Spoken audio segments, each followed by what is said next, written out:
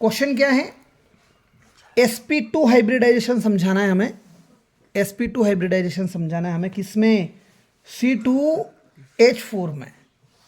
सुनना आप कैसे, इथिन का क्या होता है, 2 कार्बन 4 हाइड्रोजन होती थी, 2 हाइड्रोजन इधर लगती थी और 2 हाइड्रोजन इधर लगती थी। तो सेंट्रल एटम कौन है, कार्बन। कार्बन का एटॉमिक नंबर 6, कार्बन का एटॉमिक नंबर 6। तो इलेक्ट्रॉनिक कॉन्फ़िगरेशन क्या हो जाएगा, 1s2 2s2 2p2 2 2 4 2 6। समझ गए मेरी बात। तो 2s और 2p में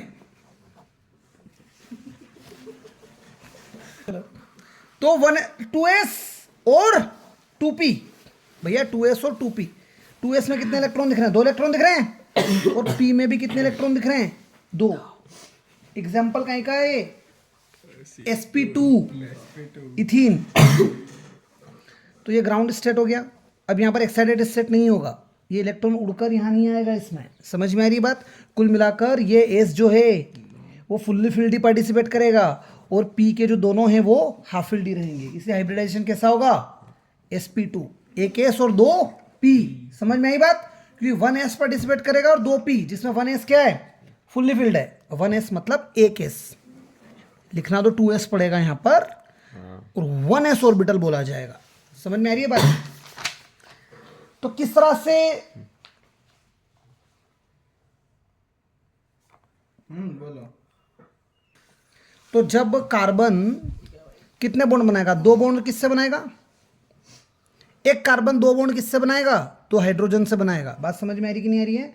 सो सी सिग्मा बॉन्ड बनेगा, लेकिन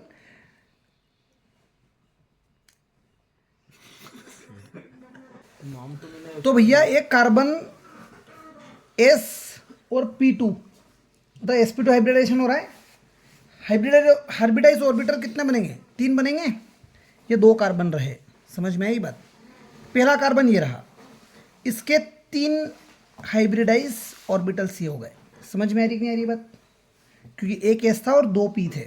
सिमिलरली इस कार्बन के भी कितने रहेंगे, एक S 2 p। इस तरह से। पहले पड़ी कि नहीं पड़ी पिक्चर। सो ये जो ऑर्बिटल्स हैं ये हाइड्रोजन से बॉन्डिंग करवा लेंगे।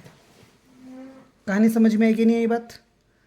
और यहाँ पर भी कार्बन कार्बन के बीच में एक्सियल ओवरलैपिंग हो रही है, तो सिंगल बॉन्ड बन जाएगा एक।